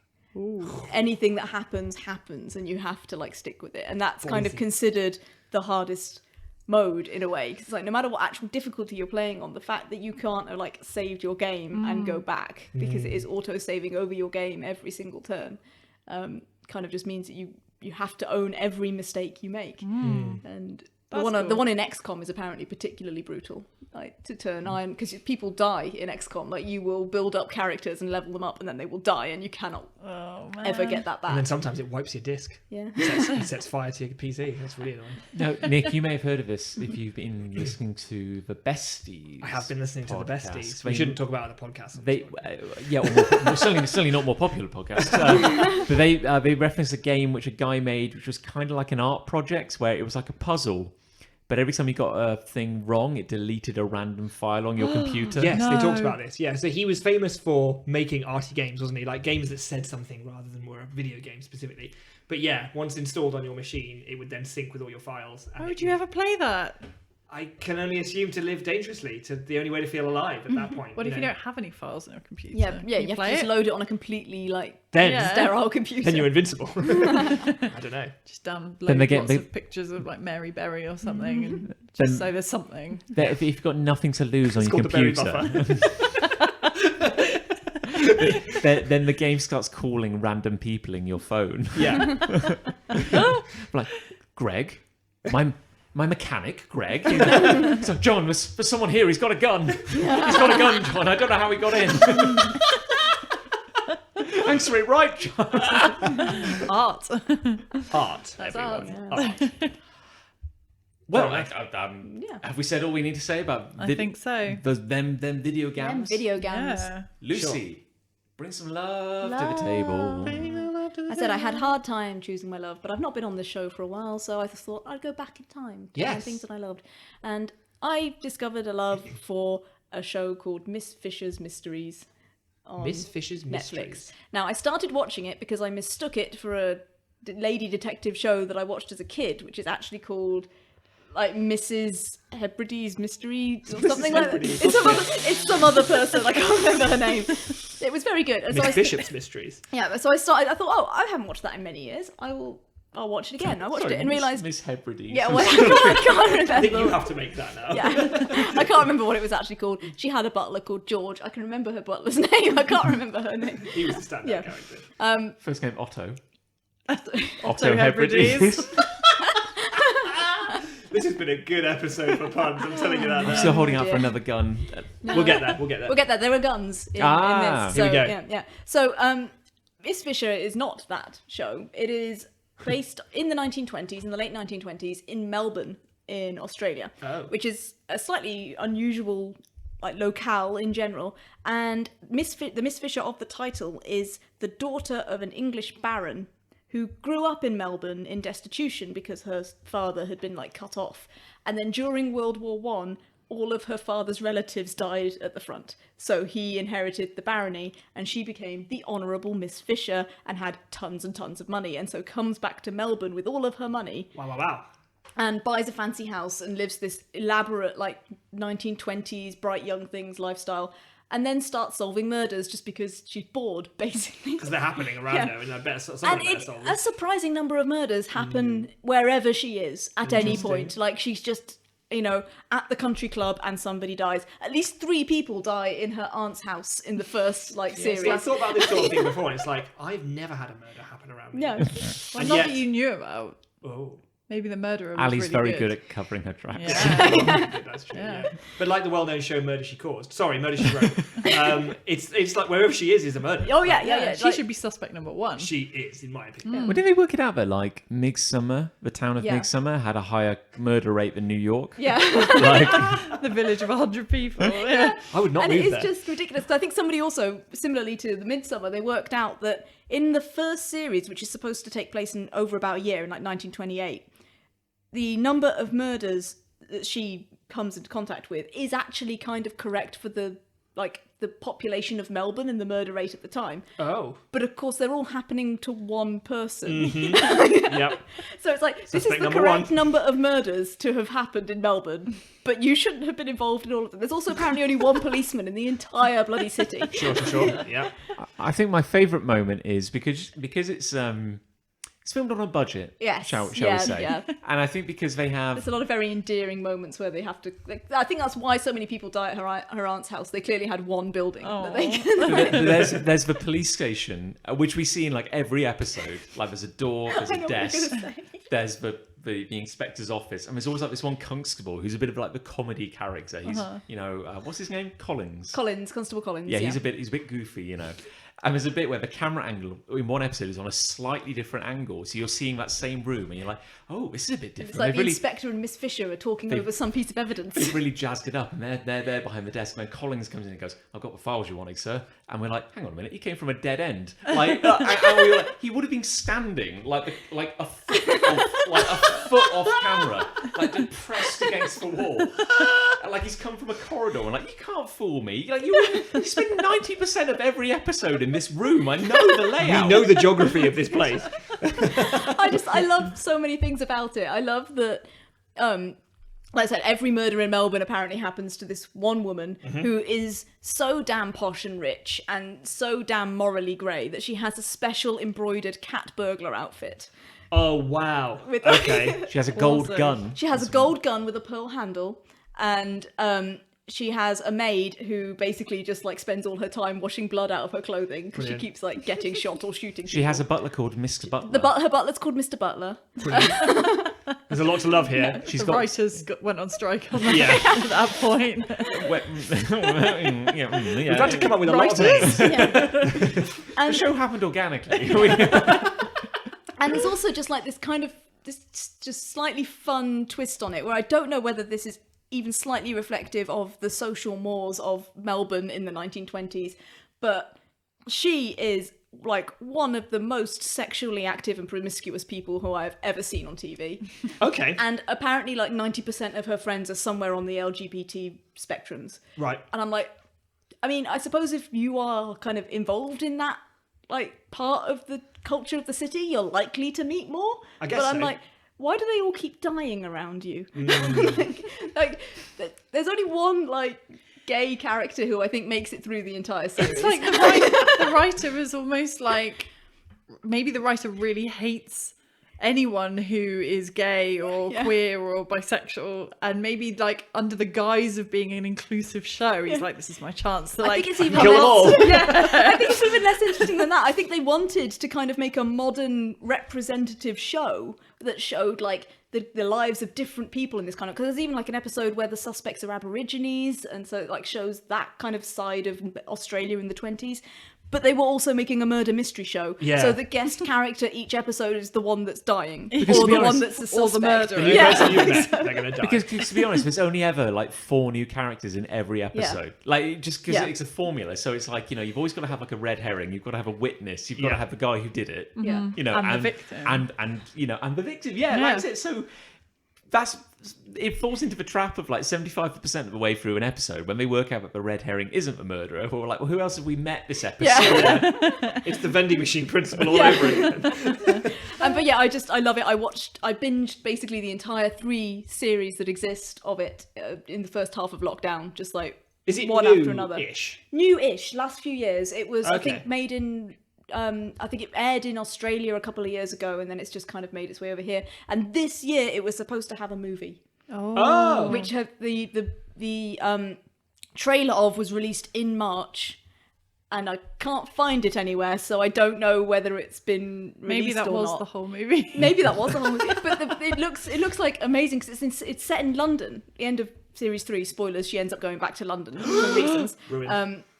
And so it's set in London, but it's clearly like CGI London of the 1920s. Like I think they've tried to film it in bits of London, but of course London doesn't look like London of the 1920 of 100 years ago. It looks like the London of 2020. I think we could probably. I would imagine it is probably a feature-length TV episode rather than a. It looks a bit shonky. Yeah. And I'm really looking forward to it because I think I'm going to love it. I'm trying to imagine how they would like disguise parts of London. Yeah, So, there's a like, lot of fog. You have to in the line up trailer. like a pine tree with the shard, so that as they walk Perfectly, past, yeah. the camera has to like There keep is moving. this, there is this one shot in the trailer which I'm really looking forward to figuring out how they get there, and they're clearly standing on Westminster Bridge. And I'm like, but they're not pointing at the Houses of Parliament quite clearly, because I'm like, well, if you point towards the Houses of Parliament, you see all like the modern security stuff around it, and then there's the wheel in the other direction, there's London Eye in the other direction. So the camera is kind of pointing down over the barrier of the Westminster Bridge towards the river. So it's like this really high shot of the two characters having a conversation. Just like, I think they can cut out as much of London as possible, but still have it recognisably Westminster Bridge. It's the camera crew on the day. It's like, right, we've got to get this shot. No, if we point that way as a robot like walking around, just, like, serving up cyber newspapers, we can't get that way. What's this way? Oh no, it's a mech and a hover car. We can't do that one either. Oh god, what are we gonna do? You may as well just green screen it at that point. I mean, I'm assuming quite a lot of it is probably green screened, like, or just composites. And like I said, a lot of it looks in the trailer dark and foggy, which I'm guessing London was in the 1920s, so that's kind of realistic. I Good guess. way to hide. I loved it deeply. I don't want to come down too hard on it because it's charming. It's like unrelentingly charming. So you do get kind of ground down by it over time. You're like, yeah, you weren't a fan for a little while. War of attrition. And then there were some very, very bad episodes. There was the episode. Like I cannot stress There enough. was the episode. Turns out you're the victim. There was the episode based in an amateur dramatic society that we think might have actually been cast from an amateur dramatic society. I think might have actually. That's just authenticity. Yeah, it's the best way to achieve. I couldn't tell whether it was meta or not. Well, to the point where, like, I was watching it thinking, like, first few episodes, I kind of, you'd already started watching, I tagged along, and then I was like, well, this is, like, fairly harmless. And then there was, like, that episode where I was like, this is honestly one of the worst things I've ever seen committed to television. Like, I can't believe this broadcast as a show that adults made. Wow. It's so bad. And then, like, the following episode, maybe because I come from a very dark place, I was like, suddenly I was like, it was like electrified. I was like, cinematography. there's camera angles. I was like, that's actually quite a nice shot. Like, what's going on? There's lighting. It was a Gary episode. Yeah, there was definitely some Gary episodes, and then some weird. We might need to explain what that is. No, never explain. Okay, cool. Yeah. And there were definitely some episodes that were very specifically Australian. Like there was a whole episode, 2 episode About special, in barbecues. fact, about Christmas in July. Oh yeah. Which is apparently a tradition that was much more celebrated in the early 20th and late 19th century in Australia, because there were a lot of expats who kind of wanted to have Christmas in winter. So they did Christmas in July. It's like a second Christmas where they would put on all of the trappings of Christmas. And in Melbourne, it actually gets cold enough to like snow and stuff occasionally. So it would actually be like a Christmassy feel to it. And so they did a whole double episode of like the murders in the house of the Christmas in July. And you can be damn certain they bought some great stock snow footage for Oh that god, episode. yeah, I that can was. tell you. I particularly liked how everything had that kind of like egg-shaped blur around the edges, because clearly I think they just sprayed fake snow in one section and wanted to kind of like darken the edges a bit to show that. Or every time a car drives up to the house, Yeah. you're like, I've seen that snowflake before. Yeah. Hang on. I swear that's falling on a 3-second loop. That's been copy and pasted. But yeah, I was greatly entertained by it. I'm very sad that I have watched it all and that I can't find the movie yet, and I want to see the movie very much. It's called The Crypt of Tears. Okay. And I think it has something to do with there was some weird subplot about like Egyptian mysticism in the first This is series. a perfect segue to my love. Oh, fantastic! Keep it coming. But it kind of vanished after the first series, but it looks like the film might be trying to pick some of that weird stuff up again. So that I'm looking forward to it greatly. Supernatural. Well, somebody thought it was. Okay, Yeah, that's enough for me. go for it. My love is about Egyptians. So that's the segue. You may have heard this news story, but recently some scientists spent a lot of time, a lot money. of effort, and I can only presume a lot of money, 3D scanning and printing the larynx of an Egyptian Oh, I have heard about this. man. Yeah. So he was a priest, I believe, Egyptian priest called Nesyamun, who died 3,000 years ago. And they went to great lengths to three-dimensionally scan his preserved larynx, because his body, as is well preserved by mummification, was actually kind of in a good enough state. And they were like, you know what, guys? You know what we can do with 3D printing and 3D scanning? We can hear what this guy's voice sounded like. And you can just imagine the buzz, can't you, in the lab? They're just like, we can do this. Like, I don't know why, and no one's saying that we should, or and all we're doing is saying that we can, but maybe we will. And how much money do we have? Lots. Great. Let's get involved with this. Let's spend a lot of time that we could be doing other things potentially. This university, we're going to do it instead. We're going to print the larynx of a 3,000-year-old dead man and see what Egyptian people sounded like. So See what wise words he has for us. Yeah. Have you got the recording? I was going to impersonate it because I've been practicing. But we could also play it. How about you? I'll dig it out and I'll send it to you and you can play it. But I'll do my impersonation first. Okay. And they put some air through it and it sounded like this.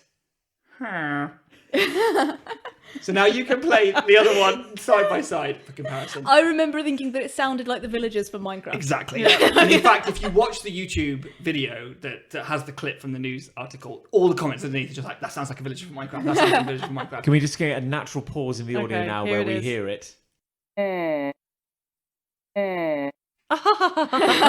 Incredible. I remember this news story because I remember like the little feature that was aired was like, you know, a bit like a darkened shot of a museum, a couple of scientists, and we'll now hear the audio for the very first time. And the internet did wonders with that, I can tell you. Perfectly cut screams. Yeah. Oh, it's brilliant. It's just such an opportunity for a meme. But I just love the fact that they knew they couldn't make him say a word. Yeah. All they could do was force air through this little weird rubbery contraption that they printed. So of course it was going to sound like a kazoo. Yeah, of course it was. Because if you took my larynx Yeah. and blew air through Yours it, would go as well. That's the thing, like, humans use all the other muscles of their face and, like, upper body I've got a to mouth, make... I've got lips, I've Yeah. got a tongue, I've got teeth that get in the way. You know, all this gear Yeah. at the front end of my larynx. I don't just go. That's not how I talk every day. there was some amazing, like, it was like a BBC show or something. We were talking about Neanderthals. It was like a historical science kind of show. And they had like this lady, and she was like a professor of paleontological larynx studies or something like that. And she had like this volunteer, it was just like a guy in like a shirt. She's like, okay, so we're going to do a little exercise now so we can kind of try and simulate like how a Neanderthal would have spoken. And he's like, okay. So she's like, I want you to hunch your shoulders. He's like, okay. Oh. And they would have had quite, so I want you to like really like rasp your voice like that, okay? And he's like, now start grunting. And he starts going like, huh. And she's like, but it would be a bit higher and with a bit more energy. So this guy's just like, ha! And just the combination of like the audio and the visuals of this man like just hunched Whole man. just going like, ha! And that's what Neanderthals sort of sounded like. I've not learned anything. We haven't learned anything from a man hunching his shoulders and going, ha! And we haven't learned anything from a larynx going, ha! Like, we've learned nothing.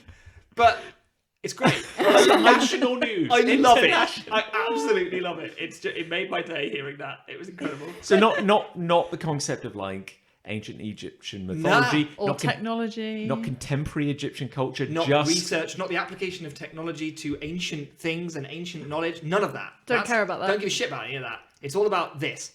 That's what I care about. So it's the same principle of we did an MRI scan of the anus of Tutankhamun, and we Model the shit. we latex printed his anus and rectum, and we filled it with digested matter that Egyptians of the time would have eaten. Yeah. And so now, for the first time on television, a man is going to smell the farts of a dead pharaoh. It's what he would have wanted. It's the same guy who was making the Neanderthal noises. Why did you bring me back for this? It's just incredible. No, it is very cool and it's completely pointless. Yeah. Like, yeah. But there we go. Yeah. What have you got, Ali? Right, so my Oh, love, they're visual aids. there can be audio Ooh. aids if you wish, or I can do a dramatic reading. Ooh. So my love is a very specific song that is a theme tune to a game, and it's not a game I've played. It's a game I would like to play, but it is called Fossil Fighters Frontier. And I love the theme tune to this So game. give a bit of context to the game. So it's probably 8 years old now. It's Yeah. out on the DS. 3DS is this one. There was Fossil Fighters, and then there was Fossil Fighters Champions. That's it. And then Ooh, a Fossil Fighters. franchise. Yeah, Wow, it was, yeah. And then Fossil Fighters Frontier, and they went all out on Frontier. They're like, right, this is, the kids are getting excited about fossil fighting. It's and time to give it both barrels. yeah, Let's like do it. we need to give it the Pokemon treatment. We need an awesome song that kids can sing along to. So this is the thing, it was already trying to be a Pokemon clone. It was essentially find fossils, bring them to life as dinosaurs, and then make them battle other fight. dinosaurs. Yeah. So it's exactly like Pokemon. So there's but with an dinosaurs. exploration element where you get in your, what's it called, a bone car? Bone buggy. Bone buggy. And you ride it around the landscape. No. Yeah. Finding fossils. Get in Then your there's bone buggy. Don't Then ride there's the a bone mini buggy. game where you have to dig the fossil and excavate it. And then you have Which, to to be fair, that's quite fun, actually. and then you have to bring it to life. And then there's another part of the game Well, where you don't gloss over that part. So then you just bring it to life, and inject it into a frog and then you fight them. And yeah, so they made this incredible song and it's just beautiful. I don't know if we can play any of it. I don't think they're going to sue. I don't think they're still in business. I don't think anybody cares. I don't know. Well, should we This is a pause big and hit. see if Future John puts a snippet of it in Okay. right here? Yeah. All right. And if not, I'll do a dramatic how reading. long is it? It's like a minute and a half. So we're going to play the whole thing Yeah. now. So yeah. Okay, let's play the whole thing. Brilliant. And Okay. then you Yeah. can do some Okay. line highlights. Okay, and Yeah. if you were in a bad mood today, you will, I guarantee in a minute and a half, you will not be in a bad mood Sure. anymore. Okay, so we'll all be silent. Okay. And then we'll play. You'll play it here for the benefit of us in the room. Oh, okay, yeah. And I'll play the true audio for people at home. Sure. Okay, right. Give me a second. Adventures right around the bend, and the world's got wonders to spare. Prehistoric lore to restore and befriend.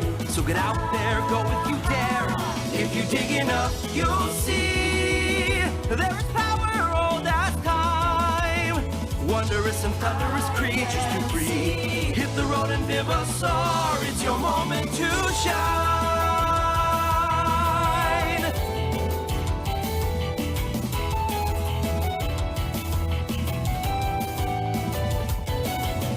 Bring the past alive if you've got the drive. Buckle up and race to the fossil frontier. Pedal to the floor and let the engine roar. Put it into primal instinctual gear. Delve into the ground, discoveries abound. Hammer drill thrills by the millions await. Look into your heart, powers off the charts. Dust away the past and grab a clean slate. Now's your chance, the future's your own. Don't let the present imprison your dreams. Make your life in the wild unknown. Go and be free. Adventures right around the bend, and the world's got wonders to spare. Prehistoric lore to restore and befriend. So get out there, go if you dare. If you dig enough, you'll see there is power old as time. Wondrous and thunderous creatures to free. Hit the road and Vivasaur, it's your moment to shine.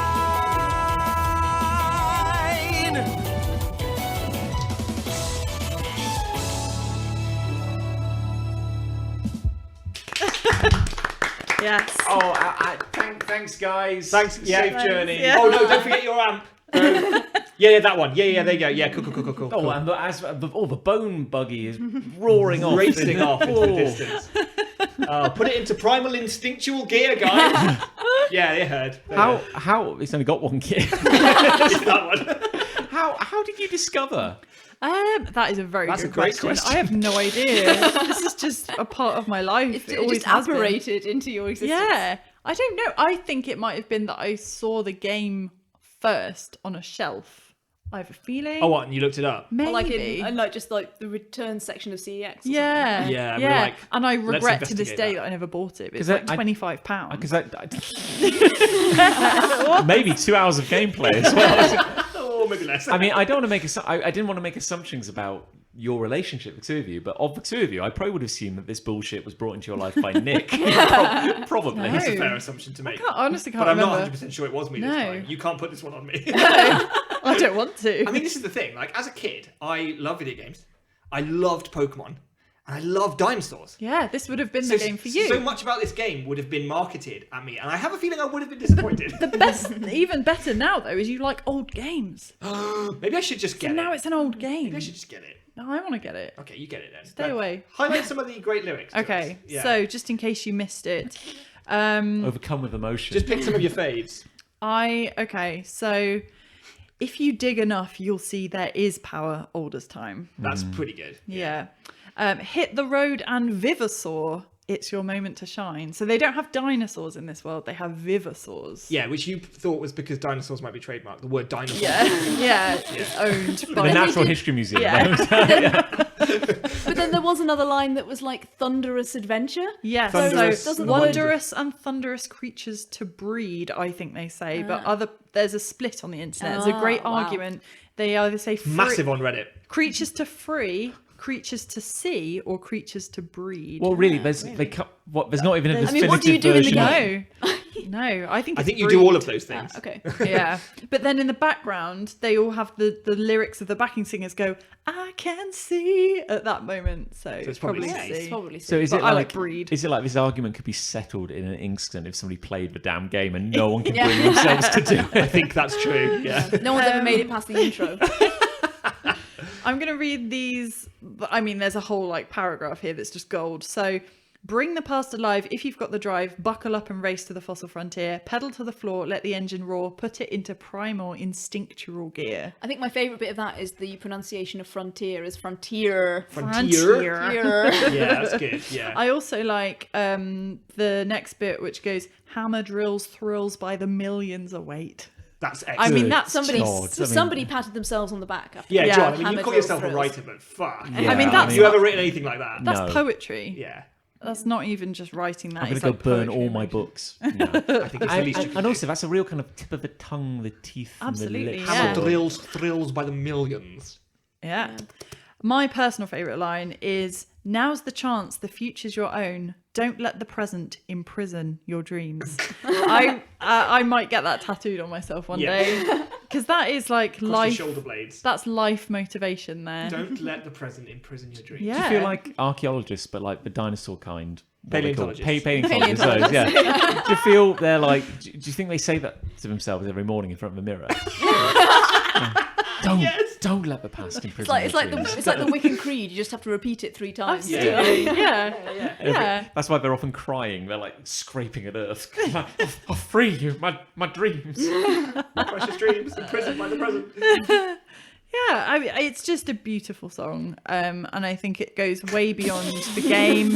You know, the meaning can be applied to many things in life, not just Vivasaurs and driving bone buggies. And Especially because things you like- haven't played the game, so Yeah. you wouldn't know. No, exactly. Yeah. But then And- I've barely played Plants vs Zombies, and that had a fantastic game at the song. At There the you go. end. Yeah, So, exactly. Proofs There you in go. proofs in the song, I guess. when you hit on true genius, it pervades all of life. Yeah. And I really do think this song is that. And when, like, I know that if I've had a bad day, if I listen to that song, that's instant cure. It's certainly Wow. a message for a troubled time. Yes. Yeah. They should be The Jurassic piping it period. out on like intercom systems Yeah, like a across PA, the country. yeah. Next MCM, we need to just hijack the PA system Yeah. and just play that. Blast this through it, yeah. And the whole place would just be jumping. Like, yes, Yes. finally, someone's had the balls. Someone have the courage.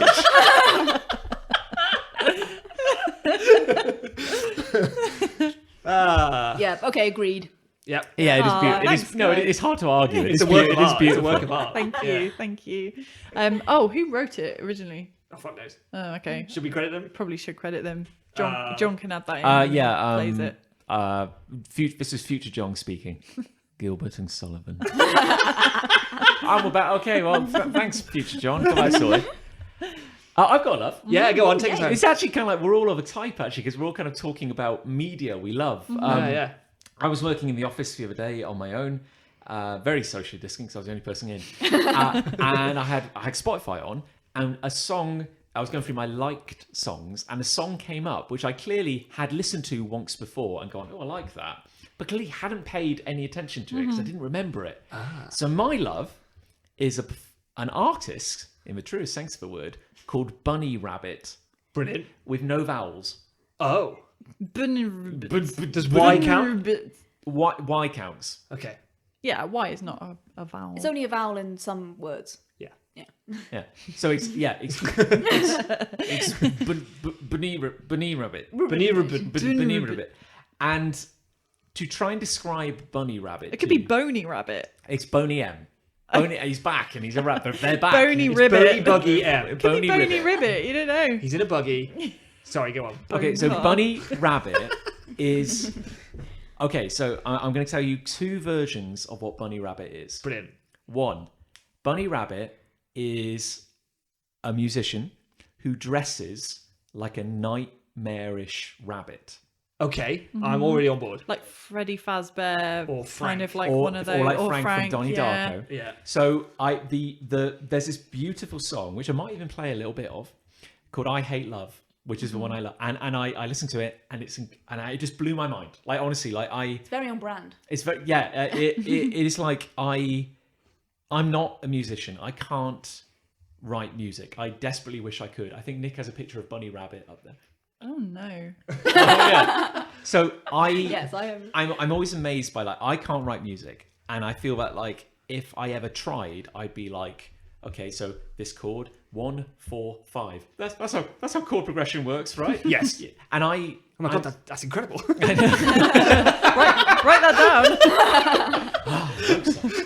down. Sequence. But I like how I this is the thing I found amazing. It's like it's like Ali, you're a big fan of everything, and New album out now. I listened to Not sponsored.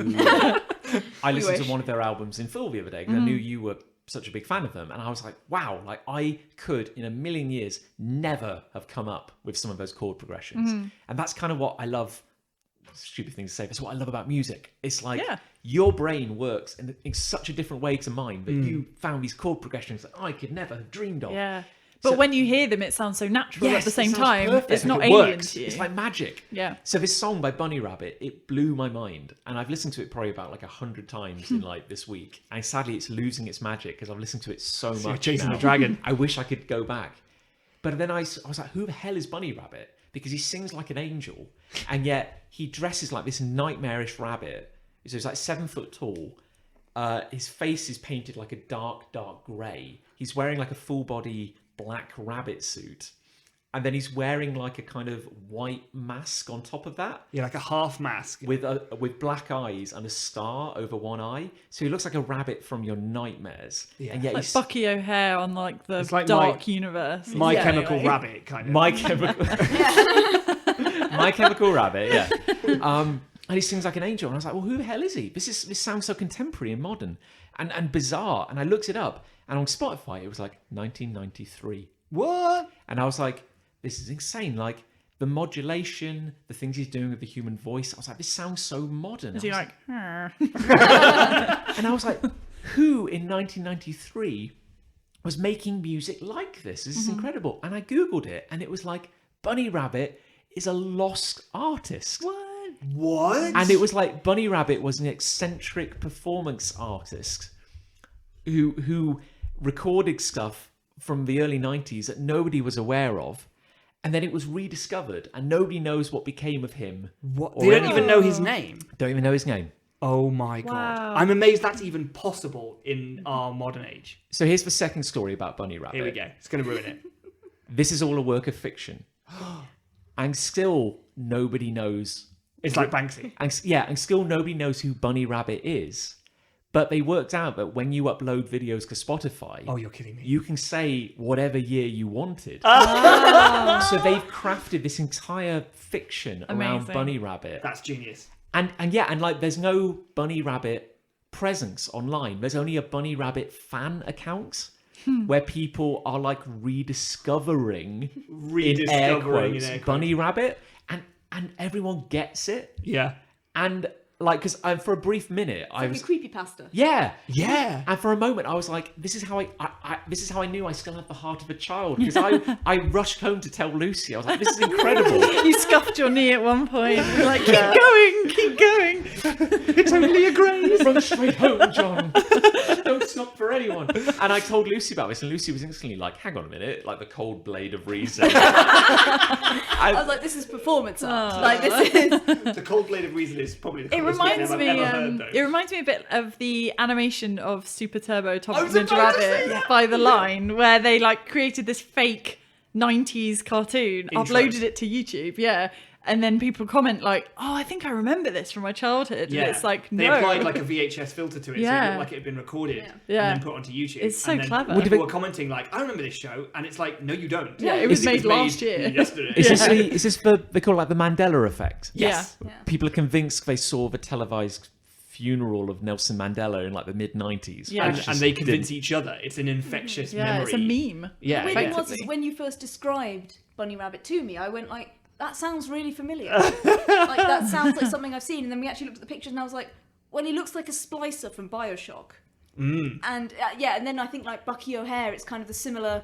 And it's that sort of- Frank. and it's yeah. like, so it's a pastiche of enough different familiar things. And It's I was still like, super when someone clever, though. describes it to me, I can kind of visualize it and I understand it. It's like picking on elements of like public psyche and pulling them together in such a way as to make people think that has always been. Yeah. And yet it never has. That's remarkable. He's got so they're kind of like releasing albums, but as they are rediscovered. So the fiction is And that there's like VHSs of his original like, videos, yeah. So good. performances. and a guy, like, I think the story is that like a guy found like a VHS at like a car boot sale that had some of these early Brilliant. music videos on, and then he's like taken the audio off that to release like for the modern day, but there's no information there. Like incredibly, they've covered their tracks really well. Which again, very hard to do in the Yeah. modern age. Yeah. So they're releasing new albums, but they're releasing them kind of like in the chronological period that they would have been released at the time. Sure. So like his earliest track is from 92, his most recent one is from 95, that sort of thing. And he's got a Christmas album called Winter Burr, but it's just WNTRBRRR. Right. And it's like this really weirdly disturbing edge to everything he does, because like the album cover to like Winter Burr is like this icy plain and just this rabbit in the distance, and it's kind of creepy. Yeah, yeah. But again, his music treads like a really fine line between being absolutely beautiful and being quite creepy at the same time. I'm dying to hear so. So what's the song that you said that you're listening to 100 times? The song that blew my mind is called "I Hate Love." Brilliant. And I would we recommend. might get copyright struck if you put all No, that. it's fine. I think fair use. You know, if Yeah, just play a little bit. So I'm gonna play some for the room, and if you're listening at home, you're gonna hear you're gonna hear like 30 seconds of the true audio. But yeah, it's incredible. Strangers sing over and mercy drink. A bartender said it's worth broken honey. My cowboy's full up to the brim, but the leak at the bottom let the emptiness in. So I said,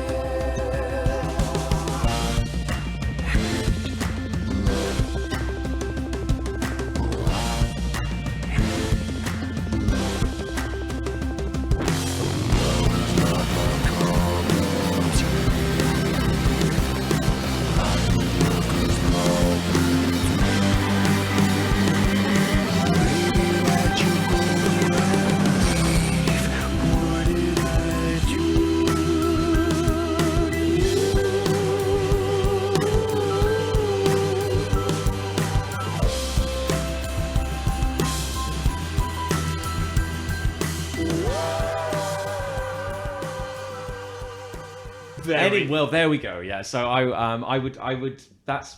I'm quite kind of blown away. It's been a while since I've been genuinely surprised by something. Yeah, very And cool. I'm still working my way through his back catalogue. I'm sure there'll be future discoveries. But I really like it, and I'd recommend that everyone goes and Googles Bunny Rabbit with no vowels, because he's equal parts terrifying and brilliant and beautiful, and it's great. I love it. That's very cool. So, what won? I I feel like love one. Yeah, I feel love. I feel like love one. We're all very passionate about our loves, especially you, Nick. What about my? Yeah. I agree. I think love one as well. Yeah. Yeah. I think it's And Rev unanimous. isn't here to ruin it. So, Exactly. you know. Yeah. Well, So, good. That was easy. Yeah. Yeah. That was nice. It was lovely. Ended on a really positive note Yeah. as well. So yeah, not like the usual episodes. Yeah. Right. Surly fuck. Anyway, so this has been an absolute pleasure. Ali, Thanks for having us. Lucy, thank you for stepping in. That's quite all right. And We'll get rid of the two of you some point in the future. Yeah, I have a long list of hates It's that I need inevitable, to really. get off my chest. Yeah. but I think in the immortal words of Neziamun.